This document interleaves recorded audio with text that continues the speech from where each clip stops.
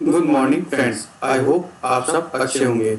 आपका स्वागत है आपके अपने YouTube channel current affairs for exam में।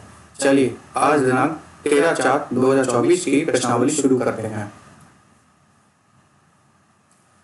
कौन सी राज्य सरकार ग्लेशियर लेक आउटबर्स्ट फ्लड के जोखिम का मूल्यांकन करना चाहती है? उत्तराखंड, हिमाचल प्रदेश, जम्मू और कश्मीर, आसाम। इसका सही जवाब है उत्तराखंड। उत्तराखंड राज्य सरकार ग्लेशियर लेक आउटबर्स्ट फ्लड के जोखिम का मूल्यांकन करना चाहती है। उत्तराखंड राज्य सरकार ने हाल ही में जोखिम आकलन करने और तत्काल खतरे का सामना करने वाली 5 हिमनद झीलों की निगरानी के लिए 2 विशेष पैनल गठित किए हैं। चलिए अगले प्रश्न पर आते हैं।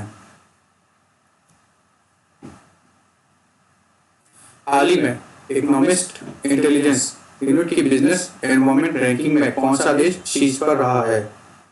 Denmark, Singapore, US, Germany. इसका सही जवाब है सिंगापुर।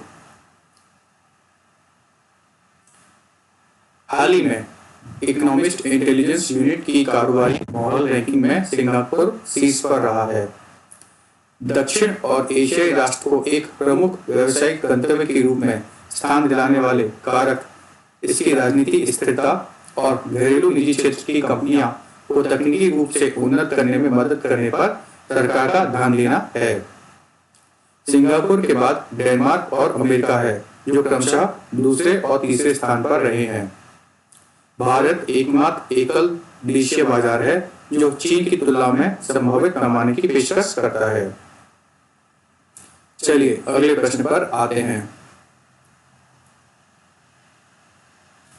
जलियांवाला बाग हत्याकांड किस तारीख को हुआ था? 12 अप्रैल 1919, 13 अप्रैल 1919, 14 अप्रैल 1919, 15 अप्रैल 1919। इसका सही जवाब है 13 अप्रैल 1919। जलियांवाला बाग हत्याकांड 13 अप्रैल 1919 को हुआ था। रॉलेट एक्ट ब्रिटिश सरकार द्वारा सत्ता पर अपनी पकड़ बनाने के लिए पारित किया गया था। यह कानून मार्च 1919 में इंपीरियल लेजिस्लेटिव काउंसिल द्वारा पारित किया गया था, जिसने उन्हें बिना किसी मुकदमे के किसी भी व्यक्ति को गिरफ्तार करने की शक्ति दी थी। अमृतसर के जलियांवाला बाग में निहत्थे भारतीयों की एक बड़ी सभा पर ब्रिटिश सरकारों ने गोलियां चलाई थी। चलिए अगले प्रश्न पर आते हैं। हाल ही में फोन पे ने किस देश में यूपीआई पेमेंट का अनावरण किया है? यूके, यूएई, यूएसए, मिस्र। इसका सही जवाब है यूएई। हाल ही में फोन पे ने संयुक्त अरब अमीरात में यूपीआई पेमेंट का अनावरण किया है। यह संयोग एनपीसीआई इंटरनेशनल पेमेंट लिमिटेड के साथ मशरक बैंक की साझेदारी के माध्यम से सुगम बनाया गया है। चलिए अगले प्रश्न पर आते हैं।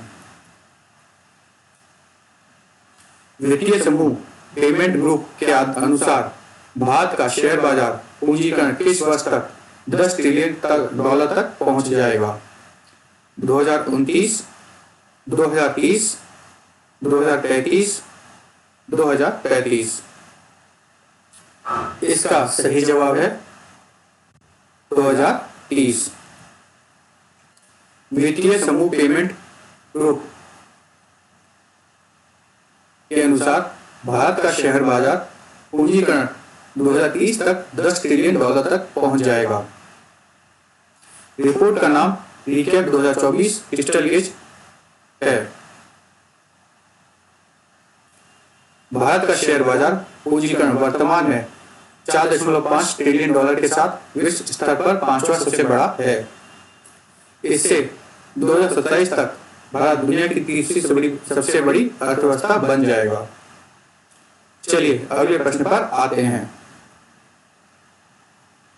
हाल ही में किस देश ने अपने रोजगार वीजा कार्यक्रम में बदलाव किया है?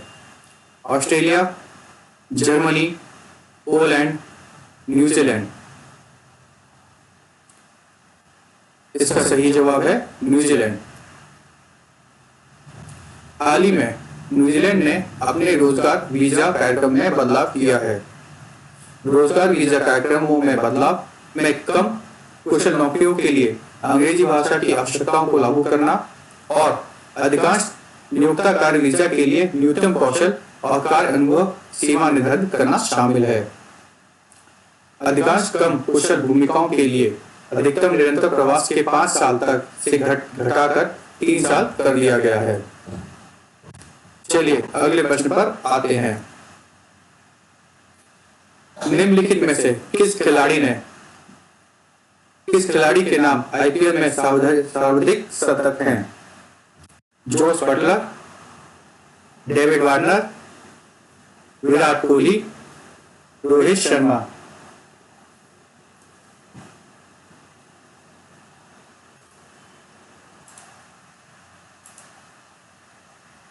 इसका सही जवाब है विराट कोहली। आईपीएल में सबसे ज्यादा शतक विराट कोहली के नाम है। चलिए अगले प्रश्न पर आते हैं। राष्ट्रीय महिला हॉकी लीग का उद्घाटन मैच कहां हुआ? रांची, भुवनेश्वर, भोपाल, कोलकाता। इसका सही जवाब है रांची। राष्ट्रीय महिला हॉकी लीग का उद्घाटन मैच रांची में संपन्न हुआ।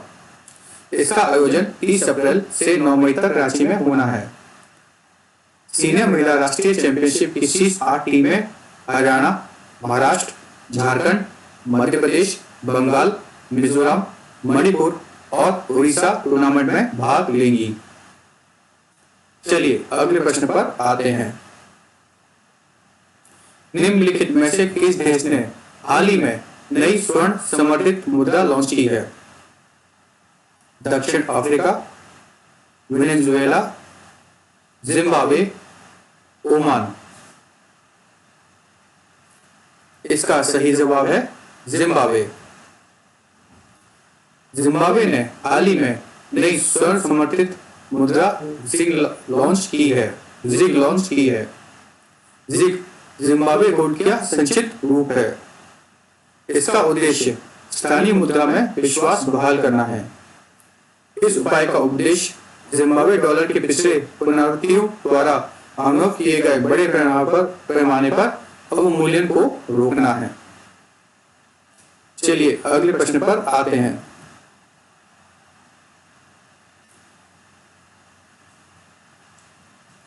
श्रीमती द्रौपदी मुर्मू ने 2 दिवसीय होम्योपैथिक संगोष्ठी का उद्घाटन किस शहर में किया?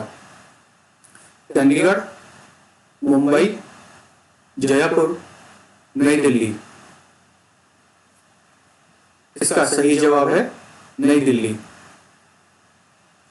भारत की राष्ट्रपति श्रीमती द्रौपदी मुर्मू ने नई दिल्ली में central council for research and homeopathy द्वारा आयोजित 2 दिवसीय होम्योपैथी संगोष्ठी का उद्घाटन किया। इस संगोष्ठी का विषय है एम्पावरिंग रिसर्च, एनहांसिंग प्रोफिशिएंसी, अनुसंधान को सशक्त बनाना और दक्षता बढ़ाना। फ्रेंड्स, आज का सेशन यही समाप्त होता है। आपको हमारा सेशन कैसा लगा कमेंट करके बताइएगा तथा लाइक एवं सब्सक्राइब अवश्य कीजिएगा। धन्यवाद।